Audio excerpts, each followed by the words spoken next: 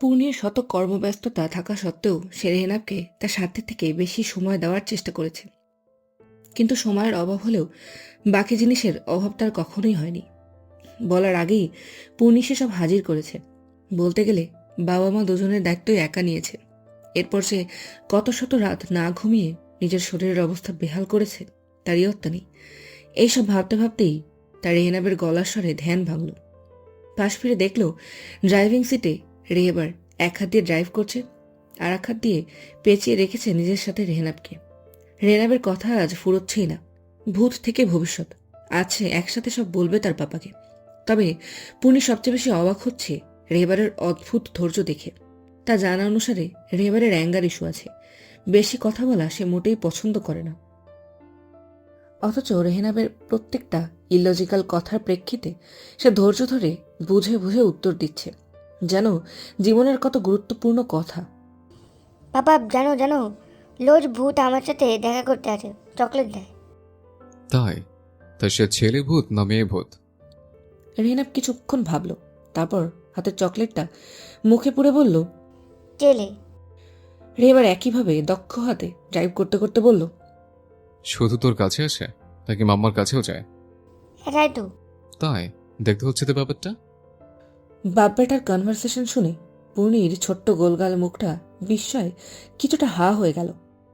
এখানে সে এলো কোথা দিয়ে? এখানে আমি এলাম কোথা দিয়ে? তুমি তো ভূতের সাথে কত কথা বলো মাম্মা। পূর্ণি চোখ বড় বড় করে অবাক হয়ে বলল, আমি কখন? হ্যাঁ পাপ্পা জানো, মাম্মা বলেছে আমি না খেলে ভূতকে বলে দেবে, আর সে আমার চকলেট দেবে না। আচ্ছা দাঁড়া, হচ্ছে তোর মাম্মা আর তোর ভূতের। আর কিছু বলে ভূতকে? আরে রেহেনাব কিছু বলার আগেই পূর্ণি চেঁচিয়ে উঠল। পূর্ণির এমন বিস্ময়কার চিৎকার দেখে রেহেনাব হকচকিয়ে উঠল। রেহেবারও এবার চুপ থাকতে না পেরে হো হো করে উচ্চস্বরে হেসে উঠল। রেহেবারের হাসি দেখে রেহেনাবও সব ভুলে খিলখিলিয়ে হেসে দিল। পূর্ণি ফোঁসফোঁস করলেও শেষে আর থাকতে না পেরে সেও তাদের সাথে তাল মিলিয়ে হেসে ফেলল। তার হঠাৎই অনুভব হলো জীবন সুন্দর, তার চেয়েও সুন্দর তার জীবনের এই দুটো মানুষ। গাড়ি এসে থামল আহমেদ ভিলে। পূর্ণির এতক্ষণের হাস্যচল মুখটা পাংশুটে হয়ে গেল। ভিতরে কি চলছে কে জানে, আবার কোন ঝড় অপেক্ষা করছে তার জন্য। এই তো সবে ঠিক হলো সব। সে আর চায় না সবকিছু তছনছ হোক। ঐশীকে কল দিয়ে আসতে বলো পূর্ণিমা। পূর্ণি নিজের ভাবনা থেকে বেরিয়ে এসে ঐশীর নাম শুনে কিছুটা অবাক হলো বটে। পরক্ষণেই মনে পড়ল পাশে বসা মানুষটির পক্ষে কিছুই অসম্ভব নয়, আর তার ব্যাপারে খবর তো মানুষটার নক্ষদর্পণে। পূর্ণি আর কিছু জিজ্ঞেস না করে ঐশীকে কল দিয়ে দ্রুত আসতে বলল। বিয়ের কারণে ঐশী যেহেতু বাড়ির ভেতরে ছিল, তাই মিনিট দুতেনেকের বেশি সময় লাগলো না তার। পরনে লম্বা ড্রেস দুহাতে তুলে হন্তদন্ত হয়ে ছুটে এলো সে। ম্যাম কই ছিলেন আপনি? বাড়ির সবাই অনেক টেনশন করছে। আর আশরাফ? রিল্যাক্স স্যার, কি বলছেন শোনো আগে, যাও। ঐশীর এবার নজর এলো পূর্ণির থেকে কিছুটা দূরে রেহেনাবকে কোলে এনে দাঁড়ানো এক অতীব গম্ভীর সুদর্শন পুরুষকে, যার মুখাবয়ব পাথরের মতো শক্ত, চোখ তীক্ষ্ণ শলাকার মতো। ঐশী মানুষটাকে যে কোথায় দেখেছে মাথায় আসতেই চোখ বড় বড় হয়ে গেল তার। একবার পূর্ণি একবার রেহেবারের দিকে তাকিয়ে কিছু বলার চেষ্টা করল, তবে গলার স্বর আজ তার বিরোধিতা করছে। প্রজাপতি দেখো আমার পাপা। বলেই রেহেনাব নিজের ছোট ছোট দাঁত বের করে রেহেবারের গলা পেঁচিয়ে ধরল। ঐশী কিছু বলার আগেই রেহেবার ভারী গলায় বলল, হাই, আম রেহেবার, হাজবেন্ড অফ পূর্ণিমা রেহেবার। ঐশী এই গম্ভীর স্বরে পরিপ্রেক্ষিতে নিজের পরিচয়টুকু দিতে হক চকালো, শুধু বিপরীতে হালকা হাসল। পুনি কৌতূহলী প্রশ্নে রেহেবার গম্ভীর গলায় বলল, ঐশী, তুমি ঘন্টা দুয়েকের জন্য সামনের প্লে স্টোরটায় রেহেবারকে নিয়ে যাও, আর এই কার্ডটা রাখো, ও যা চায় কিনে দাও। বলেই নিজের কার্ডটা ঐশীর দিকে বাড়িয়ে দিতেই রেহেনাব উত্তেজিত গলায় বলল, আমার খেলনা চাই না, আমি তোমার সাথে থাকবো পাপা। রেহেবার রেহেনাবের গালে চুমু দিয়ে বলল, এখন যাও পাপা, আমি তো এখন এখানেই থাকবো, যখন খুশি ডাকলেই চলে আসবো। এখন আপুর সাথে গিয়ে যা যা পছন্দ নিয়ে আসো, কেমন? রেহেনাব এবার পূর্ণির দিকে তাকালো তার সম্মতির আশায়। পূর্ণি হালকা হেসে বলল। ঐশী রেহেনাবকে নিয়ে চোখের আড়াল হতেই রেহেবার কিছুটা নিজের কঠিন সত্তায় পিড়ে পূর্ণির মুখোমুখি দাঁড়িয়ে চোখে চোখ রেখে বলল, বিশ্বাস করো আমায়। নিজের চেয়েও বেশি। কি দৃঢ় সেই কণ্ঠস্বর, তাতে নেই কোনো দ্বিধা দ্বন্দ্ব। রেবারে ঠোঁটের কোণে হালকা হাসি ফুটলেও মিলিয়ে গেল মুহূর্তেই। আবারও আগের মতো একই গলায় বলল, তাহলে পরবর্তী 2 ঘন্টার ভেতর যাই হয়ে যাক না কেন, তুমি আমায় কোনো প্রকার বাধা দেবে না, আর না কোনো কোয়েশ্চেন করবে। সময় হলে আমি নিজে সবটা বলবো। Do you understand? পূর্ণি শুকনো ঢোক গিলল। এখন কি হবে ভেবে বুকটা শঙ্কায় ভরে গেল। তাও কোনো রকমে মাথাটা দুপাশে নাড়ালো সে। বহুদিন বাদে বাড়ির চৌকাঠে একসাথে পদযুগল পড়ল দুজনের। রেবারের অনুভূতিহীন প্রতিক্রিয়া থাকলেও পূর্ণি মনে মনে বেশ শঙ্কা নিয়েই প্রবেশ করল। সদর দরজা দিয়ে ভেতরে যেতেই পূর্ণির সর্বপ্রথম নজর এলো পাইচারি করতে থাকা আশরাফকে। তার পাশেই চিন্তিত মুখে সোফায় বসে মায়া বেগম, আসমানি। ঠিক সেই মুহূর্তে আশরাফ সামনের দিকে এগিয়ে আসতে গিয়ে হঠাৎ থমকে দাঁড়ায়। তার দৃষ্টি পড়ে দরজার দিকে, চোখ ছানা বড়া হয়ে যায়। বিশ্বাস আর অবিশ্বাসের মাঝামাঝি এক চাহনি তার ঠোঁট থেকে অস্ফুট স্বরে বেরিয়ে আসে, রেহেবার। আর সেই এক টুকরো উচ্চারণ যেন গোটা ঘরটাকে নাড়িয়ে দেয়। সবাই একচোখে তাকায় দরজার দিকে, সবার চাহনি সম্ভিত। একই ইনফ্যাচুয়েশন নাকি সত্যি বাস্তব? তুমি এখানে কি করে? পাশ থেকে আসা আকাশ আহমেদের অবিশ্বাস্য অস্পষ্ট গলা শুনে রেহেবার ঠান্ডা গলায় বলল, আমি আপনাদের সব জবের পরে উত্তর দিচ্ছি আঙ্কেল, আর হয়তো অর্ধেক উত্তর এখনই পেয়ে যাবেন। রেহেবারের গমগমে গলা শুনে কেউ আর কিছু না বললেও আশরাফ হুট করে অস্থির হয়ে বলল। রেহেবার পূর্ণিকে এক হাত দিয়ে সাইডে সরিয়ে দাঁড়ালো আশরাফের মুখোমুখি। চোখ তার ইগলের ন্যায় ধারালো, চল শক্ত, মুখাবয়ব কঠিন। আশরাফের থেকে 2-3 ইঞ্চি হাইট বেশি হবে তার। দেখলেই যেন বুকের রক্ত ছলকে ওঠে। প্রতিপক্ষের বুকে ভয় জাগাতে তার এই রূপই যথেষ্ট। এত সবের মাঝেও ঠোঁটের পাশে হালকা একটা সূক্ষ্ম হাসি খেলে গেল রেহেবারের। ভারী কণ্ঠে জিজ্ঞেস করল, আশা করিস না বুঝি? আশরাফের মুখ চোখ এবার বিস্ময়তা কাটিয়ে শক্ত হয়ে উঠল। মুখে ফুটে উঠল হিংস্রতা। তার একবার পূর্ণিদিকে তাকিয়ে বলল, ভালো করলে না পূর্ণিমা, এটা আমাকে এভাবে ধোকা না দিলেই পারতে। এর পরিণাম খুব খারাপ হবে, কিন্তু ভেবে না। পূর্ণির মুখটা কিছুটা অস্বস্তিতে ছেয়ে গেল। সে তো সত্যি আশরাফকে ব্যবহার করেছে। ভেবেছিল বিয়ের আগেই সব বলে দেবে তাকে, কিন্তু সময় সূচক আর হলো কই। তাই অপরাধ বোধ নিয়ে কিছু বলতে যাচ্ছিল সে, কিন্তু তার আগেই পুরুষালী গমগমে গলাটা হিসিয়ে উঠল। ওর পরিণামের ব্যাপারে ভাবার জন্য ওর স্বামী আছে, তুই নিজেরটা ভাব। অলরেডি তার সমস্ত প্রপার্টি সিজড হয়ে গেছে, সাথে রেড পড়েছে প্রত্যেকটা কোম্পানিতে। আশরাফ সমেত উপস্থিত সবাই যেন চমকে উঠল। এবার ফাঁকা আওয়াজে দেওয়ার মানুষ নয়। এইবার আশরাফ একটু মনে মনে শঙ্কিতই হলো। ঠিক একটু না, অনেকটাই। দ্রুত নিজের ফোন থেকে কাউকে কল করার চেষ্টা করলো। রেবার আয়েশ করে পায়ের উপর পা তুলে মজার ছলে আসমানের দিকে চেয়ে বলল, এতদিন বাদে এসে কি এক গ্লাস পানিও খাবে না? আসো। আকাশ আহমেদ শান্ত চোখে পরিস্থিতি পর্যবেক্ষণ করলেও আসমানি আর মায়া বেগম একটা ঘোরের মধ্যে ছিলেন। রেবারের কথা শুনে আসমানি থতমত খেয়ে বলল, এক্ষুনি আনছি জিজু। বলেই দৌড়ে গিয়ে তাড়াতাড়ি করে পানির গ্লাস এনে রেবারের হাতে দিল। রেবার অর্ধেকটা পানি খেয়ে পূর্ণির দিকে গ্লাস এগিয়ে দিল। চোখের ইশারাও দরকার পড়ল না। পূর্ণি গ্লাস নিয়েই সঙ্গে সঙ্গে সেই পানি শেষ করলো এক চুমুকে। মিনিট 2-3 পেরোতেই আশরাফের চিন্তা আকাশ ছুঁয়ে গেল। একের পর এক পরিচিত নাম্বারগুলো কোনোটা ব্যস্ত তো কোনোটা সুইচ অফ। রেবার এবার গলা খাঁকড়ে দিয়ে গা দুলিয়ে হেসে উঠল। কে ফোন তুলবে না, সব এখন নিজেদের প্রাণ বাঁচাতে ব্যস্ত। কথাটা আশরাফের কানে গরম সীসার মতো ঢুকে গেল। মুহূর্তে যেন মাথার ভেতরের আগুনের বিস্ফোরণে শরীর স্নায়ু সব টনটন করে উঠল। এতক্ষণে ধরে রাখা সব ক্ষোভ হঠাৎ আগ্নেয়গিরির মতো বিস্ফোরিত হলো। তেরে গিয়ে রেহেবারের কলার চেপে ধরে দাঁড় করাতে চাইল। সে চেষ্টা সফল তো হলোই না, উল্টে রেহেবারের চোখ দপ করে জ্বলে উঠল। সে দুটো হাত দিয়ে নিজের হাতের শক্তি দ্বারা নিজের কলার ছাড়ালো। তারপর নিমেষের মধ্যেই সেই হাত পেঁচিয়ে উঠে দাঁড়িয়ে একের পর এক পাঞ্চ মারতে থাকলো আশরাফকে। আশরাফ নিজের ডিফেন্ড করার সুযোগটুকু পেল না। তার আগেই রক্তারক্তি কাণ্ড ঘটে গেল। আশরাফের রক্ত কাশি শুরু হয়ে গেছে। রেহেবারের রাগে কপাল, গলার শিরা, উপশিরা স্পষ্ট। আশরাফকে সেই অবস্থাতেই কলার ধরে মেঝে থেকে কিছুটা উপরে তুলল।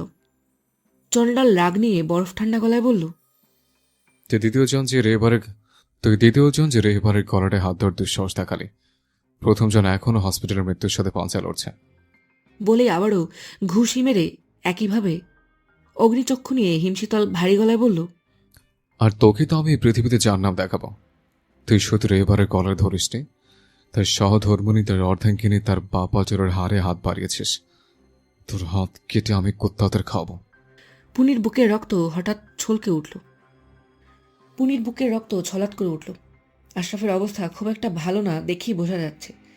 কয়েকবার লড়ার চেষ্টা করেছিল সে, তবে অমন দৈব শক্তি ভর করা মানুষটার কাছে এক সেকেন্ডও টেকেনি। এমন করলে তো আশরাফ এক্ষুনি মারা যাবে। পুনি উৎকণ্ঠিত হয়ে এবার রেহেবারের করা প্রতিজ্ঞা ভাঙল। দৌড়ে গিয়ে রেহেবারের এক বাহু ধরে ঝাঁকিয়ে বলল, কি বলছেন কি অফিসার? উনি মরে যাবেন তো? ভুল তো ওনারও সব না। বিয়ের কথা তো আমিই প্রথম বলেছিলাম। আর শাট আপ। রেহেবারের বাড়ি কাঁপানো হুঙ্কারে পুনি সহ সকলে কেঁপে উঠল। পুনি ভয়ে দুপা পিছিয়ে গেল। হুট করে সেই সময় সাহেব সহ আরও কিছু অফিসার ঢুকলেন সদর দরজা দিয়ে, তবে তারা এগোলেন না, সেখানেই দাঁড়িয়ে রইলেন। রেবার আশরাফকে ছাড়াতেই সাহেব এসে তার হাতে হ্যান্ডকাপ পরিয়ে দিল।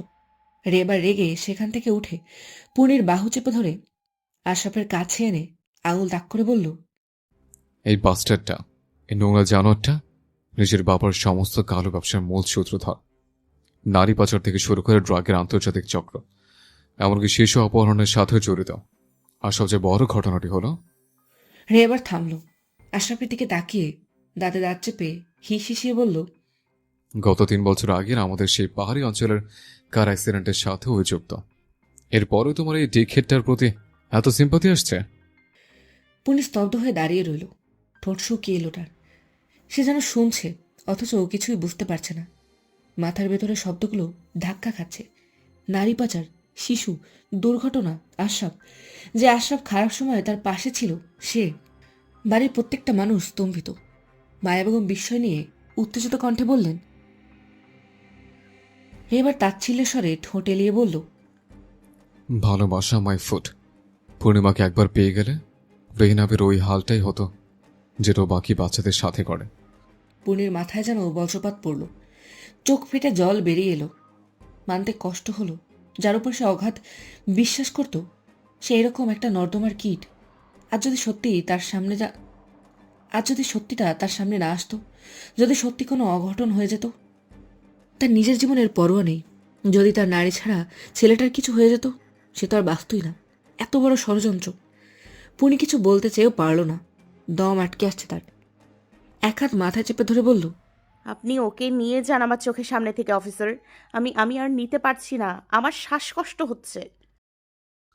আশরাফকে নিয়ে উপরে যাও, আমি এদিকটা সামলে আসছি। আসমানি হন্তদন্ত হয়ে পুনিকে টেনে নিয়ে চলে গেল উপরের রুমে। এতক্ষণের এতগুলো কথা হয়ে যাওয়ার পরেও আশরাফের কোনো হেলদোল নেই।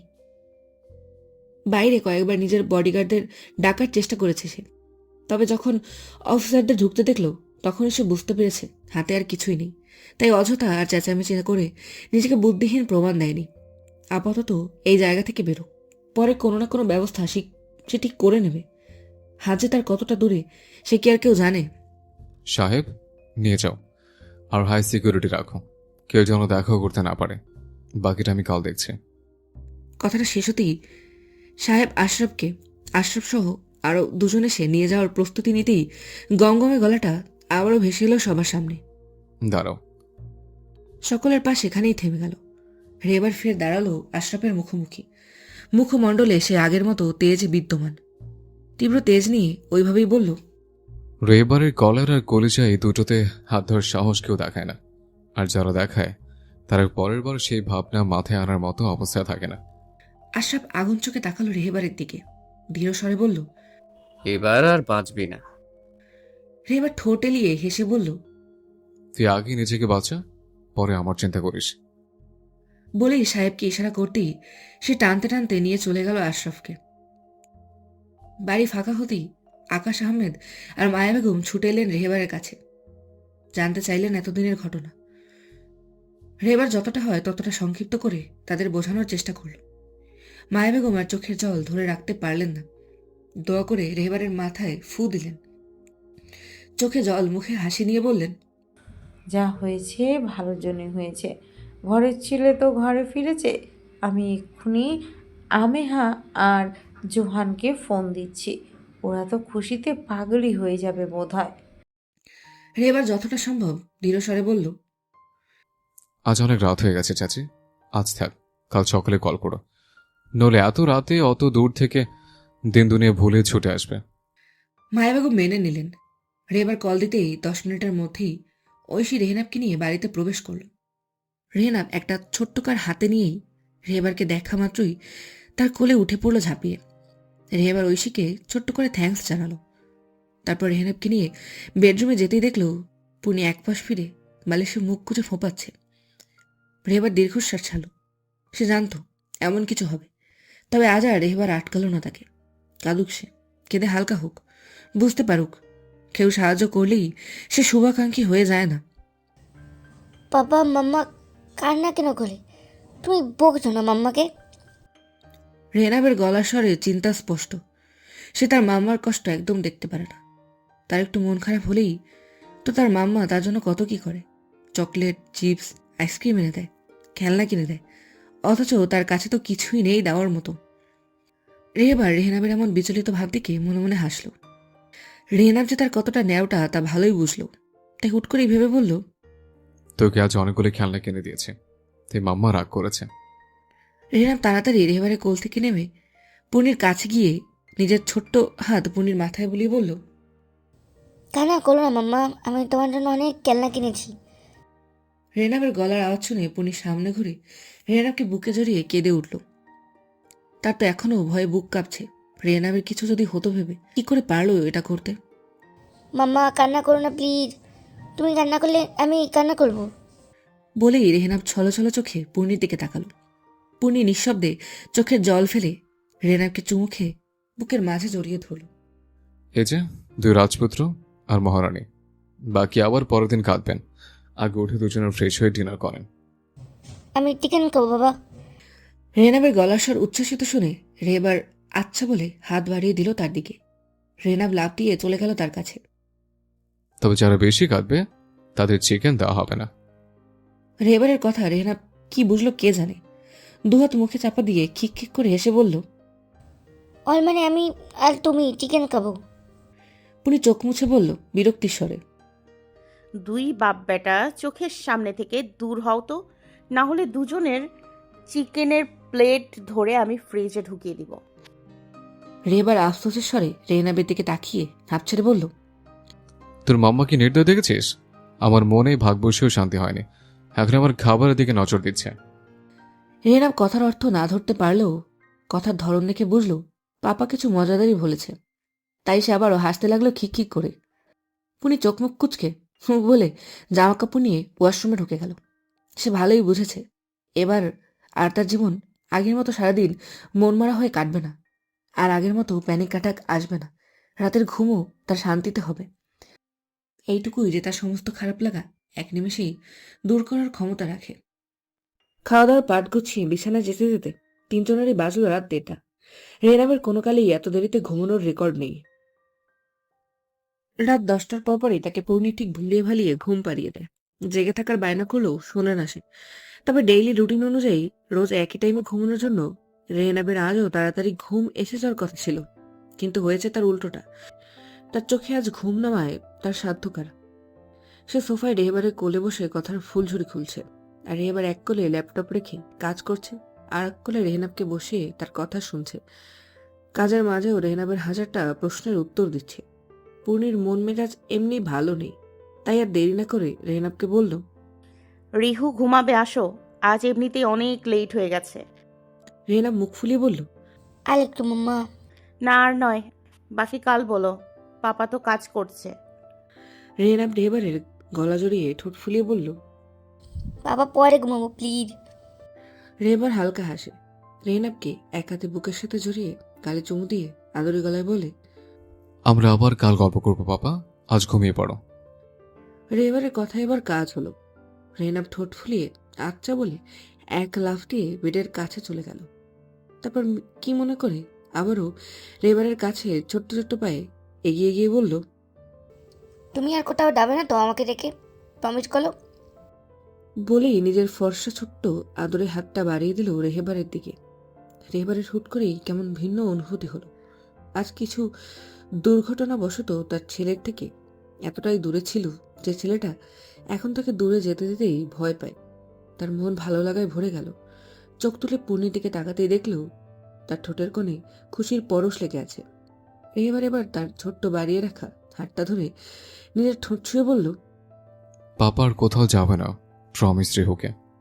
রেহেনা বউ এবার খুশিতে দৌড়ে গিয়ে বেডে উঠে পুনির বাম পাশে শুয়ে পুনিকে এক পাশ থেকে জড়িয়ে ধরল।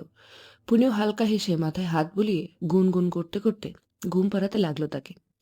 বেশিক্ষণ লাগলো না রেহেনাবের চোখে ঘুম আনতে। বড় বড় শ্বাস ফেলা দেখে পুনি স্বস্তির নিঃশ্বাস ছাড়ল। ঠিক তখনই বিছানায় ধপ করে আওয়াজ হলো। মুহূর্তেই পুরুষালী হাত দিয়ে তাকে ডান পাশ থেকে জড়িয়ে ঘাড়ে মুখ ঘুষল। পুনি হালকা কেঁপে উঠে বলল, রেহনাব রেহনাব আছে। এবার ওইভাবেই পেঁচিয়ে ঘাড়ে মুখ ঘষতে ঘষতে বলল, কিন্তু কাছে আসার তারা তো আপনার বেশি ছিল ম্যাডাম। আমি তো ঠিকই নিজেকে সংযত করে রেখেছিলাম আপনার থেকে। আপনি সমস্ত সংযম ভেঙেছেন আমার। এবার ফল তো ভোগ করতেই হবে। পুনির নিঃশ্বাস ঘন হয়ে এলো এন স্পর্শকাতর আলিঙ্গনে। যদিও রেহেবার শুধু অধরের ছোট ছোট স্পর্শই দিল, তাও পূর্ণি এক পর্যায়ে নিজেই ছটফটিয়ে উঠে ধীর কণ্ঠে বলল, ওই রুমে চলুন। রেহেবার এবার গলায় মৃদু শব্দ করে হেসে ফেলল। নিজের মুখটা হালকা তুলে দুষ্টুমি স্বরে বলল, এত তারা ম্যাডামের? পুনির কান গাল গরম হয়ে উঠল। কি অসভ্য লোক তাকে উস্কে দিয়ে এখন তার নামে দোষটা পাচ্ছে। সে তো রেহেনাবের কথা চিন্তা করেই বলেছে। পুনি চোখ পিটপিট করে ফুঁসে উঠে বলল, একদম নাটক করবেন না, শেমলেস একটা। রেহেবার পুনরায় ঠোঁট এলো করে হেসে হাসকি টেনে বলল, চলুন তবে, শেমলেসের আরেকটা পার্ট পরে আপনাকে। বলেই নিজে উঠে দুহাত বাড়িয়ে পুনিকে কোলে তুলে নিল রেহেবার। দরজা দিকে এগোতেই পুনি আটকে উঠে বলল, কি করছেন বাইরে কেউ থাকলে?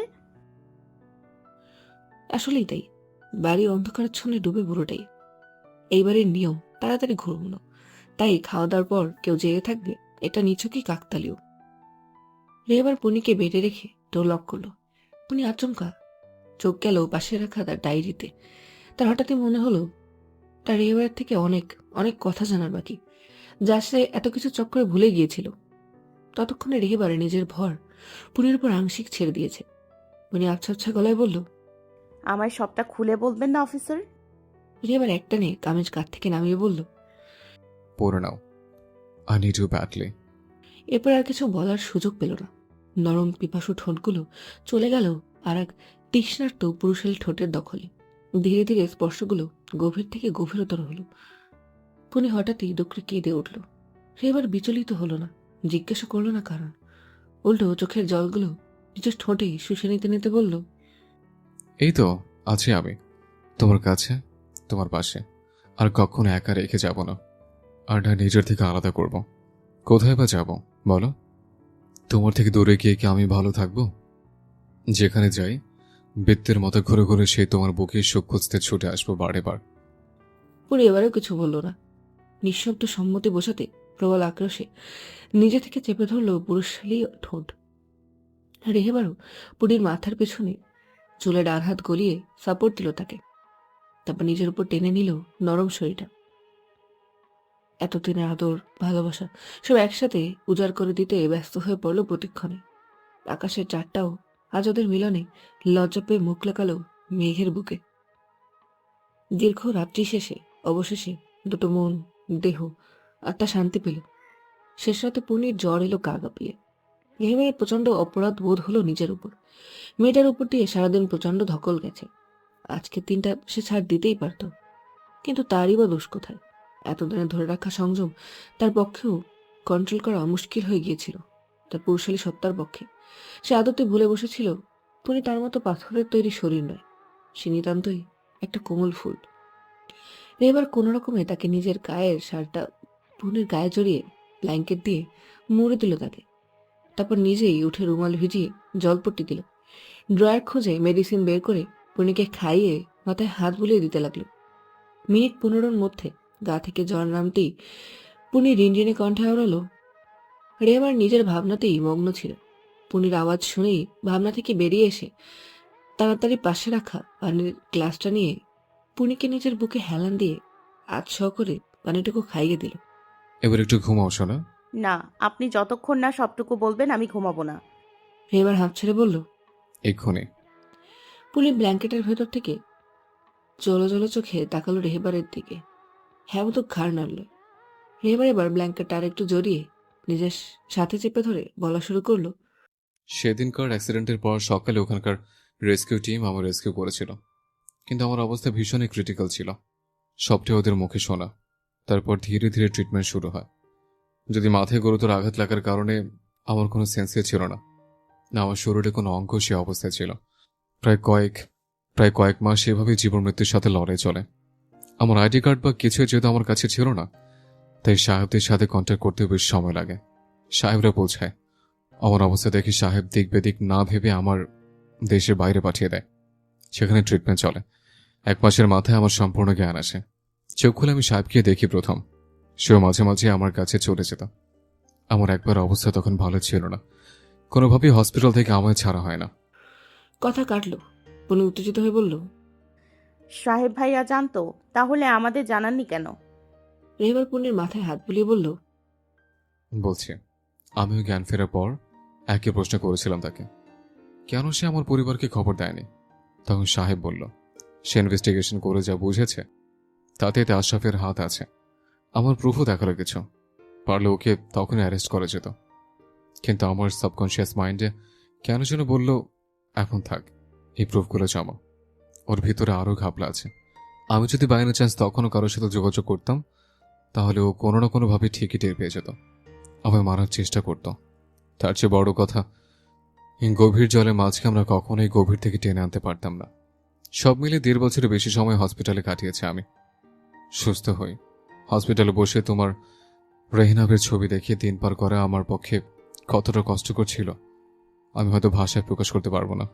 এক একটা দিন এক একটা জাহান্নামের মতো লাগতো। তোমাদের ছুঁতে পারতাম না, আমার অংশকে কোলে নিতে পারতাম না। অন্তত যেন চোখের দেখা দেখতে পাই। তাই দেশে ফিরলাম, উঠলাম সেফ হাউসে, কারণ একমাত্র ওই জায়গার কোনো ইনফরমেশন কোথাও নেই। আর তখন থেকে চালু হলো আশরাফের উপর ইনভেস্টিগেশন। যদি এর বেশিরভাগ সাহেবই করেছে নিজের ইচ্ছা, আমি শুধু সিনিয়রদের মতো ওকে গাইড করে গেছি। এক এক করে ওর সবের প্রমাণ জোগাড় করতে থাকে। বেশ কিছু গ্যাং ধরাও পড়ে এই মাসে। পুনির কিছু মনে পড়তেই ভ্রুকুচকে বলল। এই জন্য আশরাফ এই মাসে এত বিজি ছিল, বলেছিল ওর কাজের প্রেশার বেড়েছে। কারণ এমন চলতে থাকলে ওর ভালো মানুষে করে ব্যবসাতেও এফেক্ট পড়ত। সাথে তুমি তো ছিলে, তোমাকে হাসিল করা ছিল ওর দ্বিতীয় উদ্দেশ্য। তোমার সাথে পাহাড়ি অঞ্চলে সেদিন দেখা হয়, সেদিনও তোমাদের দেখতেই গিয়েছিলাম আমি। দ্বিতীয়বার ওই পার্কে শত চেষ্টা করে আমি তোমার থেকে নিজেকে আড়াল করতে পারিনি, কেননা কোনোভাবেই সেই তোমার কাছে ধরা পড়েছে। পুনি মন খারাপ করে বলল। তাহলে আমায় এত অপেক্ষা করালেন কেন? সব প্রমাণ তো জোগাড় হয়েই ছিল। রেহেবার দীর্ঘশ্বাস ছেড়ে বলল। না না, এখন একটি ওর বড় গ্যাংকে আমাদের ধরা বাকি। তার এখন আন্ডারগ্রাউন্ডে। সেই মিশন এখনো চলছে। সেটা শেষ হওয়ারই অপেক্ষায় ছিলাম। ওটি সাকসেসফুল হলেই তোমার কাছে ফিরে আসতাম। পুনি হাঁসফাঁস করে অপরাধ বোধ নিয়ে বলল। তাহলে কি আমি সব প্ল্যান ভেস্তে দিলাম আপনাদের আগে ডেকে?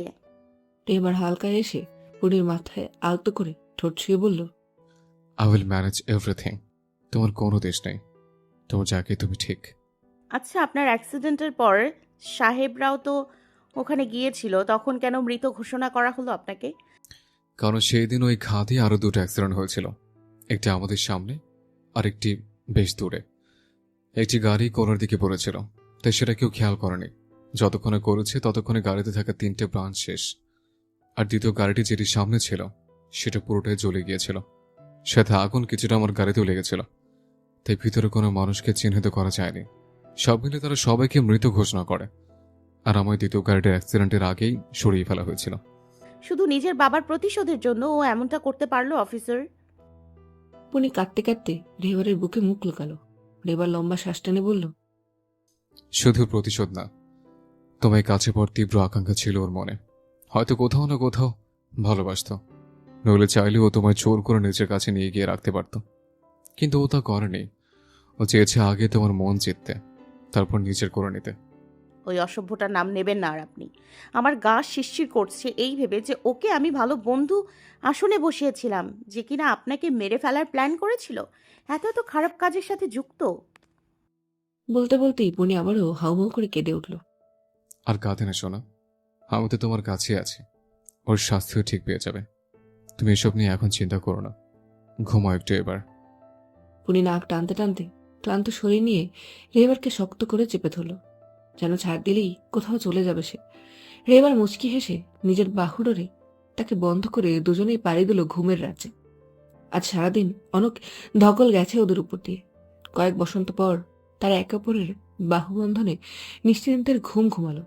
কালো একটা দিন কাটিয়ে সোনালি সকালের আভাস পাওয়া গেল। ভোর হতেই রেহেবার পূর্ণিকে কোলে নিয়ে নিজের রুমে এনে রেহনাবের পাশে শুয়ে দিয়েছে।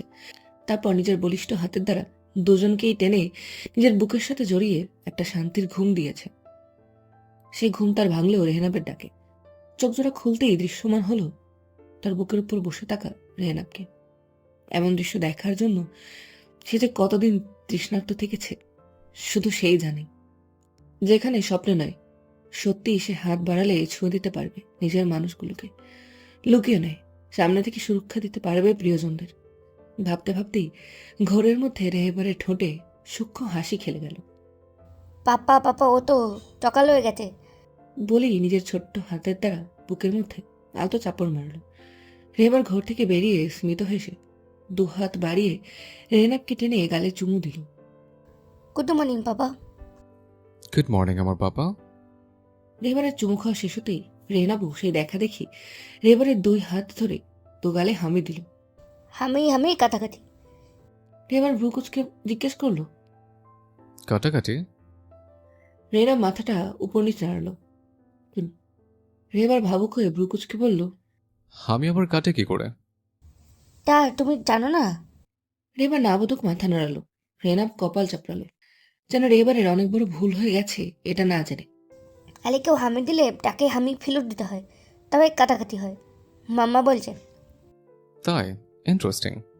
ভ্রু উঁচিয়ে হালকা ঘাড় নেড়ে অ্যাপ্রিসিয়েট করলো রেহেবার। রেহনাব বিজ্ঞের মতো ঘাড় নেড়ে হুট করে কিছু দূরত্বে শুয়ে থাকা পূর্ণির দিকে হেলে দুহাতে তাকে ঠেলে বলল। রেহেবার এবার রেহনাবের দুহাত নিজের মধ্যে বন্ধ করে নরম কণ্ঠে বলল, মাম্মার শরীর খারাপ রিহু, এখন ঘুমাক, পরে ডাকবো। চলো আমরা ফ্রেশ হয়ে আসি। রেহনাবকে বেশ খুশি দেখালো এমন প্রস্তাবে। সে তাড়াতাড়ি উঠে রেহেবারের হাত ধরে টানতে টানতে ওয়াশরুমে নিয়ে গেল। আজ আর নিজে থেকে ব্রাশ করলো না, জিনিসপত্র নিয়ে রেহেবারের হাতে ধরিয়ে দিল। রেহেবারের জীবনে এই প্রথম সে কোনো বাচ্চার কাজ করছে, তাও আমার নিজের ছেলে। আগে না করায় অপরিপক্ক হাতেই রেহনাবকে ব্রাশ করিয়ে তাকে ফ্রেশ করে দিল। যদিও রেহনাব এটা ওটা বলে সাহায্য করেছে। তারপর তাকে বেডে বসতে বলে নিজে ফ্রেশ হয়ে একদম শাওয়ার নিয়ে বেরিয়ে এলো। এসে দেখলো রেহনাব পূর্ণির পাশে বসে একটা গাড়ি নিয়ে খেলছে। আবার গাড়িটা পূর্ণির দিকে যাওয়ার আগেই আটকে দিচ্ছে। আবার মাঝে মাঝে ঝুঁকে দেখছে পূর্ণির ঘুম ভাঙেনি তো। রেহেবার হাসলো। ছেলেটা আসলেই মাকে একটু বেশি ভালোবাসে, তাতে তার আফসোস নেই। এই দুটোই তো তার দুনিয়ার। এখানে ভালোবাসার কোনো পরিমাপই সে আনতে চায় না। রেহনাবকে সুন্দর করে জামা কাপড় পরিয়ে চুল আছড়িয়ে নিজে রেডি হয়ে একসাথে সিঁড়ি দিয়ে নিচে নামতেই হুট করে দরজা দিয়ে আমের ছুটে এসে রেহেবারকে জাপটে ধরে হু হু করে কেঁদে উঠল। আকস্মিক হয় প্রথমে রেহেবার কিছুটা চমকে উঠলেও ধীরে ধীরে নিজেকে সামলে আমেহার মাথায় হাত বুলিয়ে মজার ছড়ে বলল, হয়েছে, থাম। তোর চোখের জলে আমাদের ড্রয়িং রুম ভেসে যাবে দেখছি এবার। পাশে দাঁড়িয়ে থাকা রেহনাব মুখে হাত দিয়ে খিকখিক করে হেসে উঠল তা শুনে। আমেহা কান্নারত মুখ তুলে বলল, একদম মজা করবে না ভাইয়া। কি অবস্থা হয়েছিল আমাদের তুমি আন্দাজও করতে পারো? আমার মাথা থেকে অভিভাবকের হাতটা উঠে গিয়েছিল, সবার সাথে সবার সম্পর্কে ফাটা পড়েছিল। কই ছিলে তুমি? কোথায় ছিলে? একটা বারো খবর দেয়া যেত না?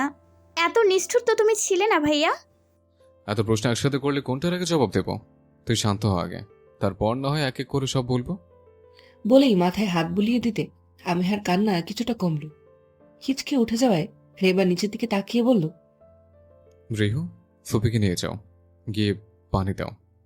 বলা শেষ হতেই রেহনাব আমেহার হাত ধরে পুপ্পি বলে টানতে টানতে ডাইনিং টেবিলের সামনে নিয়ে গেল। ওরা যেতেই রেহেবারের নজর দিল সামনের জোহানের দিকে। সে মাথা নিচু করে এক জায়গাতেই দাঁড়িয়ে আছে, কোনো নড়চড় নেই। রেহেবার এবার পকেটে হাত গুজে দিয়েই এগিয়ে গেল সেই দিকে। ব্যঙ্গ করে বলল, বেঁচে আছি দেখে খুশি হস না মনে হচ্ছে। জোহানের চোখ লাল। সে হুট করেই ক্ষেপে জোরে ধাক্কা মারল রেহেবারকে। চেঁচিয়ে উঠে বলল, হ্যাঁ তা তো হবই। কে হই আমি তোর যে কষ্ট পাবো? আমার সাথে তো তার রক্তের সম্পর্ক নয়। আর আমির বাচ্চা শালা, একটা বড় ভাবলি না আমাদের কি অবস্থা হয়ে আছে?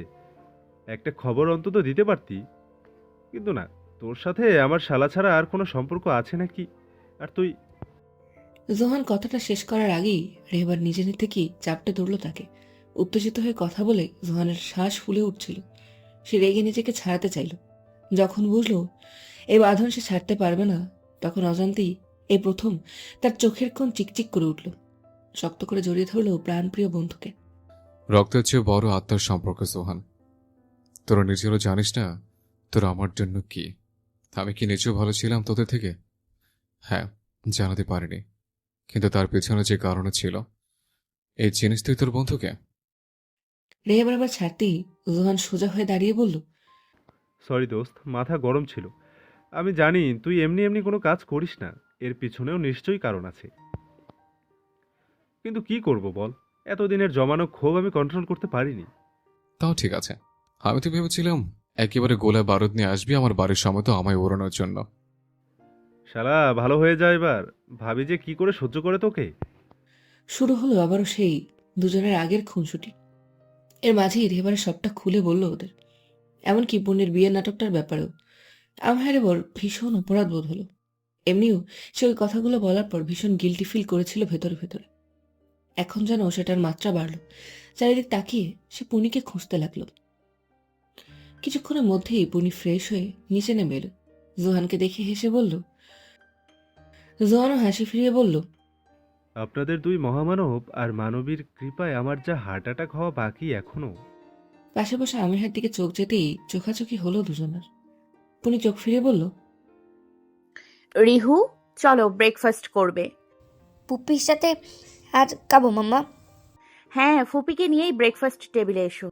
বলেই পুনি ডাইনিং টেবিলের সামনে গিয়ে মায়া বেগমের হাতে হাতে সব করে দিতে লাগলো।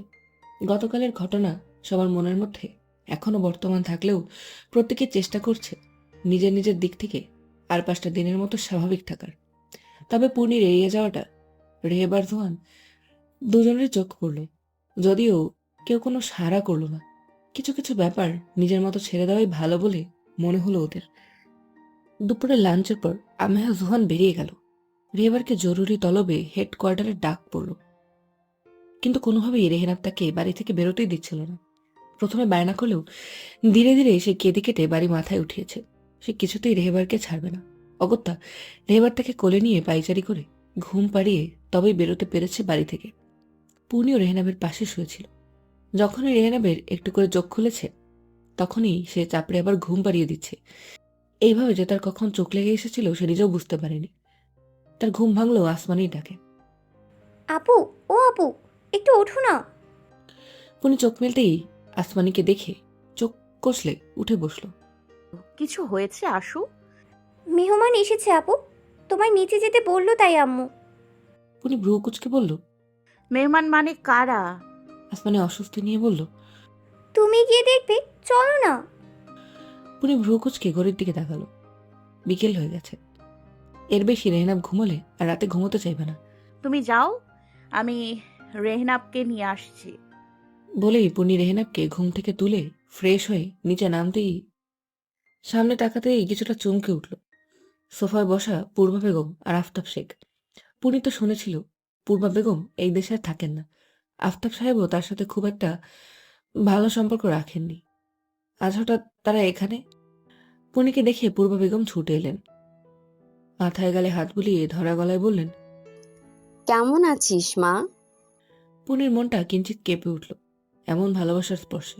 তাও নিজেকে শক্ত করে বলল, ভালো, তুমি? পাপের সাজা কাটছি রে মা এখনো। আমি শুধু আমার নাতিটাকে দেখতে এসেছি। শুনলাম রেহবারও ফিরেছে, তাই আর থাকতে না পেরে চলে এলাম। বলেই তিনি রেহনাবকে কোলে তুলে আদর করলেন। পুনি এর প্রত্যুত্তরে কিছুই বলল না, এমনকি হাসলও না। পূর্বা বেগম রেহনাবকে আফতাব সাহেবের কাছে নিয়ে গেলেন। অভূতপূর্বভাবে তিনিও রেহনাবকে দেখে আপ্লুত হয়ে পড়লেন। নিজের পকেট থেকে বেশ কয়েকটা চকলেট বার করে তাকে দিলেন, এমনকি কোলে তুলে বেশ আদরও করলেন। পুনির ভ্রু কুচকে এলো তাদের এমন হঠাৎ আগমনে। গত 3 বছরেও তো তারা রেহবার না থাকার খবর পেয়েছিল। তখন তাদের একবারও মনে হয়নি পুনি কিভাবে আছে খোঁজ নেওয়ার, রেহনাবকে এসে দেখে যাওয়ার। তাহলে হঠাৎ আজ কেন? পূর্ণিমা মা, আমার জীবনে অনেক অপরাধ করেছি, তোমার শৈশব খারাপ করেছি, সেই ক্ষমা হয় না আমিও জানি। তবে নিজেদের মেয়েকে হারিয়ে আমরা নিঃস্ব, বিশ্বাস করো আমাদের মধ্যে আর সেই মনোভাব বেঁচে নেই। অপরাধ বোধ নিয়ে বলেই আফতাব সাহেব মাথা নিচু করলেন। তাকে দেখে পূর্বা বেগম করুণ স্বরে বললেন, হ্যাঁ মা, ক্ষমা করে দে আমাদের। আমি অনেক পাপ করেছি, তবে তোর খারাপ চাইনি, বিশ্বাস কর। আমরা শুধু আমাদের নাতি আর জামাইকেই দেখতে এসেছি। পুনি শক্ত গলায় বলল, আমি রাগ পুষে নেই মনে। আপনারা আপনাদের ভুল বুঝতে পেরেছেন, এই অনেক। রেহনাবের সাথে তো দেখা হয়েই গেল, আর রেহবার একটু পরে চলে আসবে, দেখা করে নিয়েন। বলেই পুনি কিচেনের দিকে পা বাড়ল। তার কেন জানি আজের এই করুণ গলা, চোখের জল তার মনে প্রভাব ফেলল না। পূর্ণি, শোন না মা। পূর্বা বেগমের কণ্ঠে পুনি ফের ঘুরে দাঁড়ালো। পূর্বা বেগম পুনির কাছে এসে নরম স্বরে বললেন, তুই তো জানিস মা, আমাদের নিজেদের বলতে কেউ নেই, এক তুই আছিস। তোকেই আমরা নিজেদের মেয়ে বলে মানি এখন। পূর্ণার পর তো তুই আছিস, ওই বাড়ির সব তোর। তুই আর রেহনাব আমাদের বাড়ি চল মা, ওটাও তো তোর আরেকটা বাড়ি। পুনি মুচকি এসে বলল, না মা, ওটা আমার নয়, তোমাদের বাড়ি। এই যে তুমি যেখানে দাঁড়িয়ে আছো, এটা আমার বাড়ি, এর ওপর আমার অধিকার আছে। আর যখন একটা মেয়ে হিসেবে পরিচয় স্বীকৃতির জন্য আকুতি মিনতি করতাম, যখন সেই আর্তনাদ তোমার কানে পৌঁছায়নি, তখন এখনো আমার কোনো পরিচয় আমার চাই না। আর পূর্ণা নেই, তাই সেই জায়গায় আমায় বসাতে চাইছো। এমন পরিচয় তো আরই নয়। তোমার সাথে আমার রক্তের সম্পর্ক, আমি চাইলেও তা অস্বীকার করতে পারবো না। তুমি যখন খুশি এসো, রেহনাবকে আমাকে দেখে যেও, আমি কিছু মনে করব না। তবে ওই বাড়ি যাওয়া আমার পক্ষে সম্ভব নয়, কিছু মনে করো না। বলেই পুনি গটগট করে হেঁটে রান্নাঘরে চলে গেল। পারলে এখনো সে অনেক কিছু জিজ্ঞেস করতে পারত। এতদিন আসুনি কেন, হঠাৎ কি মনে করে এত দরদ উঠলে উঠল। কিন্তু পুনির ইচ্ছে হলো না আর কথা বাড়ানোর। সবে সুখের মুখ দেখেছে সে, আর কোনো ঝামেলা চায় না সে জীবনে। এতদিন রেহনাবকে একা হাতে বড় করলো, তখন কেউ আসেনি। আর এখন যখন সব আছে, তখন তারা এসেছে সুখের ভাগিদার হতে। এমন আত্মীয় চাই না তার। পিছন থেকে কেউ জাপটে ধরতেই পুনির ধ্যান ভাঙল, তবে চমকে উঠল না। সে অভ্যস্ত এই স্পর্শে, যে স্পর্শ তার আত্মার সাথে মিশে, তাকে কি ভোলা যায়? কখন এলেন? এই যখন আপনি অন্য ধ্যানে মগ্ন ছিলেন। বলেই আবার পুনির চুলগুলো এক কাঁধে সরিয়ে ঘাড়ে মুখ গুজল রেহেবার। পুনি এক হাত উঠিয়ে চুলে হাত বুলিয়ে বলল, হুম, আগে আদর করে নেই। পুনি হালকা হাসল। হঠাৎ করেই রেহেবারের হাত থেকে ছুটে সামনে ঘুরে বলল, ফ্রেশ হবেন না? আগে ফ্রেশ হয়ে আসুন, রিহু এক্ষুনি এলো বলে। রেহেবার বেশ বিরক্ত হলো। কি মুসিবত, এখন অফিস থেকে এসে বউকে একটু আদর করতে পারবে না? বউ তার খালি পালানোর ধান্দা খুঁজে। রেহেবার পুনরায় পুনিকে চেপে ধরে ঠোঁটে শব্দ করে একটা চুমু দিয়ে বলল, চলো রিউকে একটা খেলার সঙ্গী এনে দিই, তাহলে আর আমাদের ডিস্টার্ব করবে না। পুনি চোখ বড় বড় করে বলল, গড় করি আর না, একটাকে নিয়েই হিমশিম খাই, আর একটা হেলে তো পাগল হয়ে রাস্তায় ঘুরবো। রেহেবার উচ্চস্বরে হেসে উঠল। পুনির গালে ফটফট করে দুটো চুমু দিয়ে বলল, নাও চুমু ফেরত দাও। আহ, শখ কত! যান, ফ্রেশ হতে যান। দিস ইজ নট ফেয়ার বউ, নিজের বানানো নিয়ম নিজে ভঙ্গ করছো। কেমন নিয়ম? এই যে রিউকে হামি কাটাকাটি নিয়ম শিখিয়েছ, এটা তো নিজেই মানছো না। পুনি চোখ বড় বড় করে বলল, ওইটা হামি, এটা চুমু। রেহেবার চোখ ছোট ছোট করে বলল, তা দুটোর মধ্যে পার্থক্য কি ম্যাডাম? উনি ভাব নিয়ে বলল, অনেক পার্থক্য, আপনি বুঝবেন না, বড়রা এসব বোঝে না। তাই? আচ্ছা দাঁড়াও, রিউকে ডাকি তাহলে।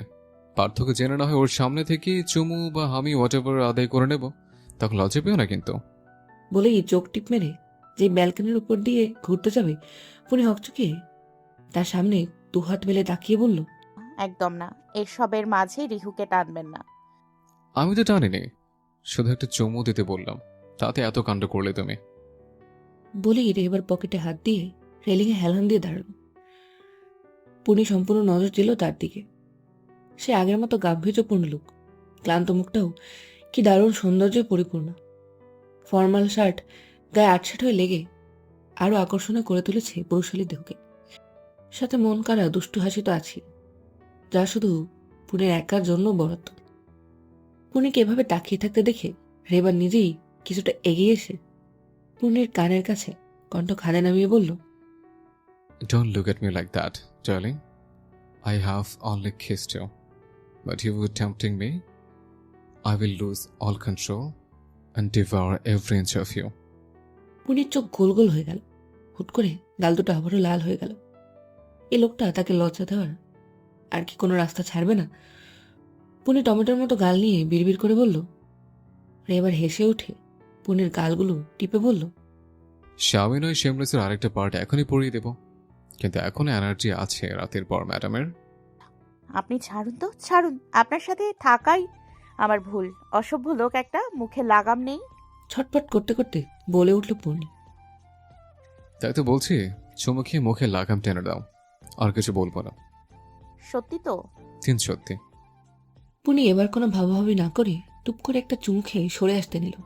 অমনি বলিষ্ঠ হাত দুটো আবার ওটাকে টেনে একই জায়গায় এনে অধরে অধর মিলিয়ে দিল। সময় নিয়ে ভালোবাসা প্রকাশের পর রেবার পুনির ঘাড়ে মুখ কুচে বলল, পূর্ণিমা বাড়ি যাবে? পুনি তখনও ঘন ঘন শ্বাস ফেলছে। কৌতূহল বশত রেবারের চুলে হাত দিয়ে বলল, বাড়ি? হ্যাঁ, আমাদের বাড়ি।